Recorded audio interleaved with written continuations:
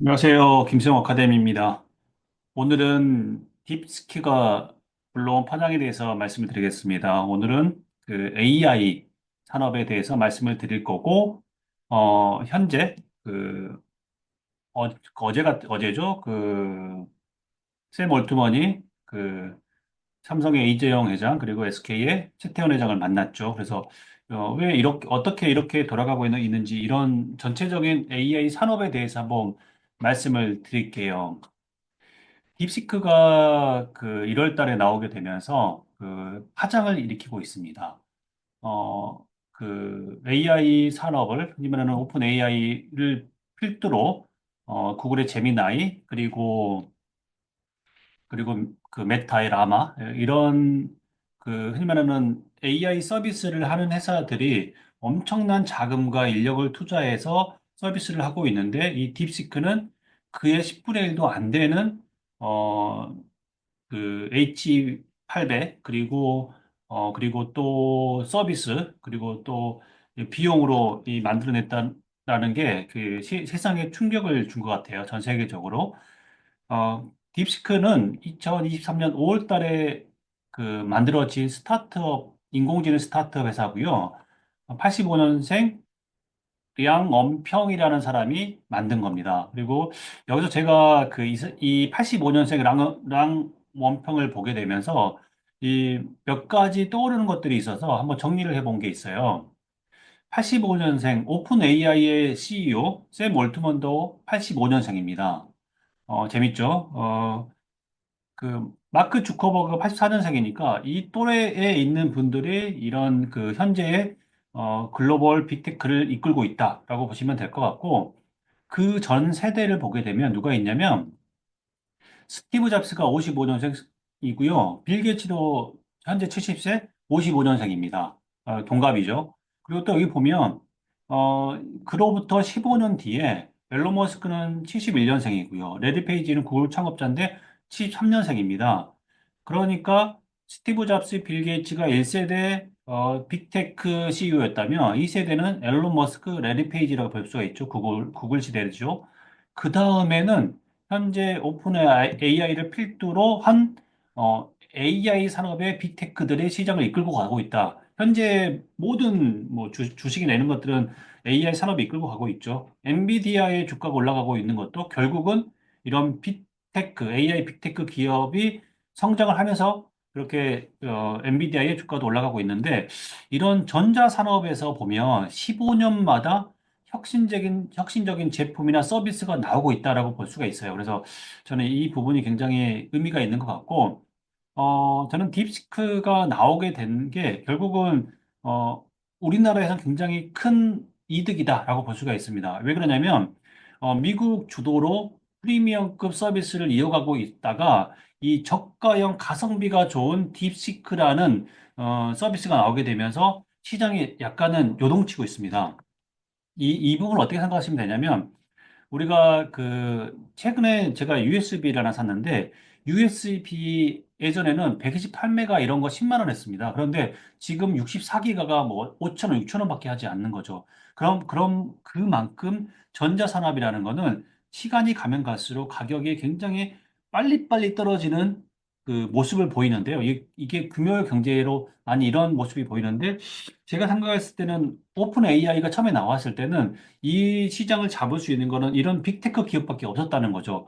그러나 시간이 1년, 2년, 3년 지나면서 우리나라 기업들이 들어갈 수 있는 캐파들이 열리기 시작합니다. 그래서 저는 이 부분이 삼성이나 SK나 그리고 카카오나 네이버가 들어갈 수 있는, 흔히 말하는 바운더리가 생겼다라고 보기 때문에 저는 이 딥스크의 출현을 굉장히 좋게 보고 있고요. 오만 삼성전자가 바닥을 다지고 올라갈 수 있는 계기를 마련해 줄 수 있는 게 결국은 딥스크다라고 볼 수가 있고요. 이런 기업들이 많이 나오게 됨으로써 SK가 엔비디아에 공급하고 있는 HBM이 삼성에서 지금 만들고 있을 겁니다. 그리고 아마 제가 생각할 때는 여름 정도에 나올 거라고 보는데, 이게 HBM에 대한 수요가 폭발적으로 늘 것이다. 그러면 삼성전자는 바닥을 다지고 올라갈 수 있는 계기가 될 거고요. 제가 어제 말씀드린 약달러가 결국은 될 것이라고 말씀을 드렸는데, 미 재무부 장관이 이 약달러를 암시하는 발언을 어제 했습니다. 결국은 어떻게 되느냐? 약달러와 HBM을 만들고 공급을 하게 되면 삼성전자의 주가는 외국인들이 가장 먼저 사야 되는 주식이 될 겁니다. 그렇기 때문에 이 부분은 좀 좋고요. 그러면 딥시크가 왜 이렇게 싸게 제품을 만들 수 있었냐라고 본다면 이런 이야기를 많이 합니다. 이게 네이버 가격 비교에서 보면 H100은 현재 4천만 원에서 5,200만 원까지 가격대가 형성이 돼 있죠. 그런데 딥시크에서 만든 활용한 H800 같은 경우는 지금 40만 원대입니다.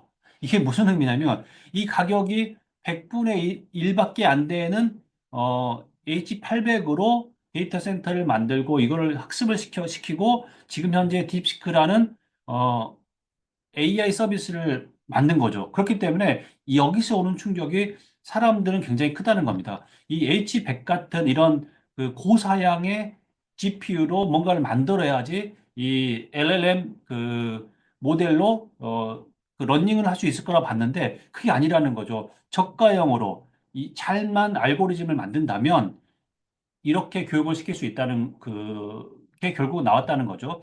이 부분이 굉장히 의미가 크고요. 그리고 또 오픈 AI 같은 경우는 만약에 미국에서 개발자들을 한 명을 고용하는데 보통 한 3억에서 한 4억의 연봉을 줘야 됩니다. 그런데 중국은 어떻습니까? 중국은 한 3, 4천만 원만 줘도 이 사람들 하루에 8시간 아니고요. 뭐 주 45시간 아니고 하루에 열 몇 시간씩 풀로 계속 이렇게 개발을 시킬 수 있는 구조입니다. 노동 구조가 아예 다릅니다. 그렇기 때문에 결국은 이게 인건비와 그리고 이런 흔히 말하는 사람을 쓸 수 있는 시간 이런 것들 때문에 결국은 딥시크가 만들어진 거고요.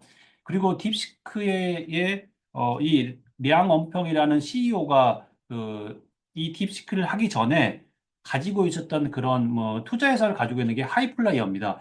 이 하이플라이어라는 회사가 운영하고 있는 자금이 11조입니다. 그렇기 때문에 자금적인 부분이 굉장히 많기 때문에 이 부분도 아마 그 굉장히 큰 딥시크를 개발하는데 작용을 했다라고 볼 수가 있고요. 그러면 향후에는 어떻게 될 거냐?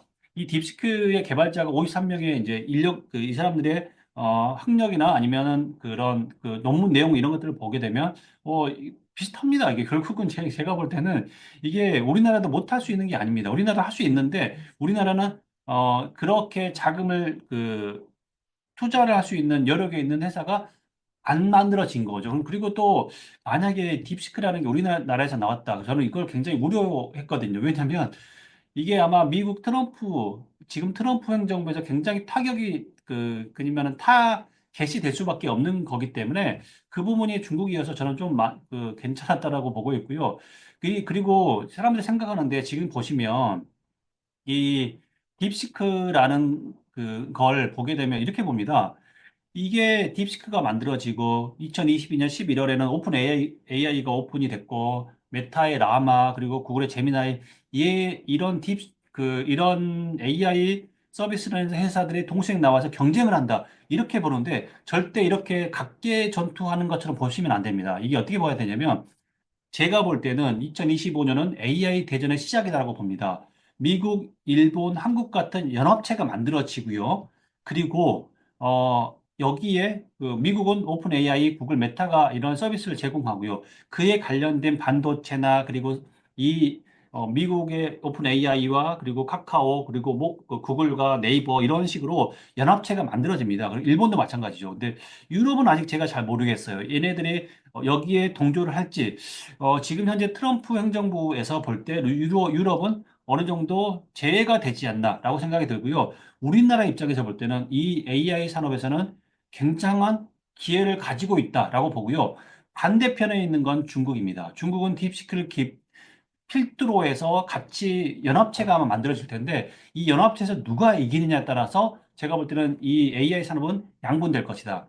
아마도 오늘 기사에는 우리나라 금융권에서는 중국의 딥시크를 쓰지 말라는 지침이 내려왔습니다. 이게 무슨 의미냐면 우리가 쓰는 이런 정보들이 데이터들이 중국으로 넘어갈 수 있다라고 본 건데 이건 결국은 제가 볼 때는 이 생태계는 양분됩니다.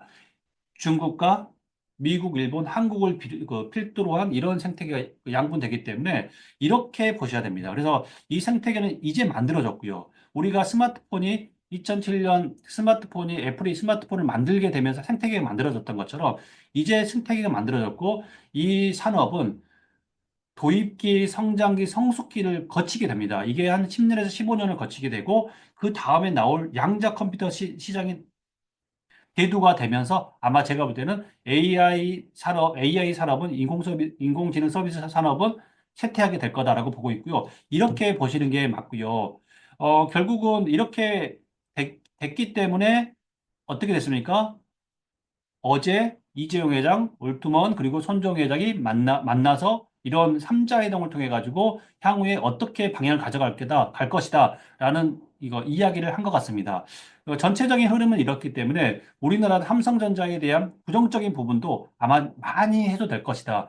여기에 어제 제가 말씀드린 달러 약세까지 같이 간다면 아마도 여러분들은 2025년, 26년, 27년 엄청난 버블을 볼 수 있다. 저는 그렇게 생각하고 있기 때문에 여러분들도 조금만 더 삼성전자 우리나라 국장에 대해서는 그런 모습을 그런 스탠스로 견지하시면 좋을 것 같습니다. 그럼 다음 영상 때 뵙겠습니다.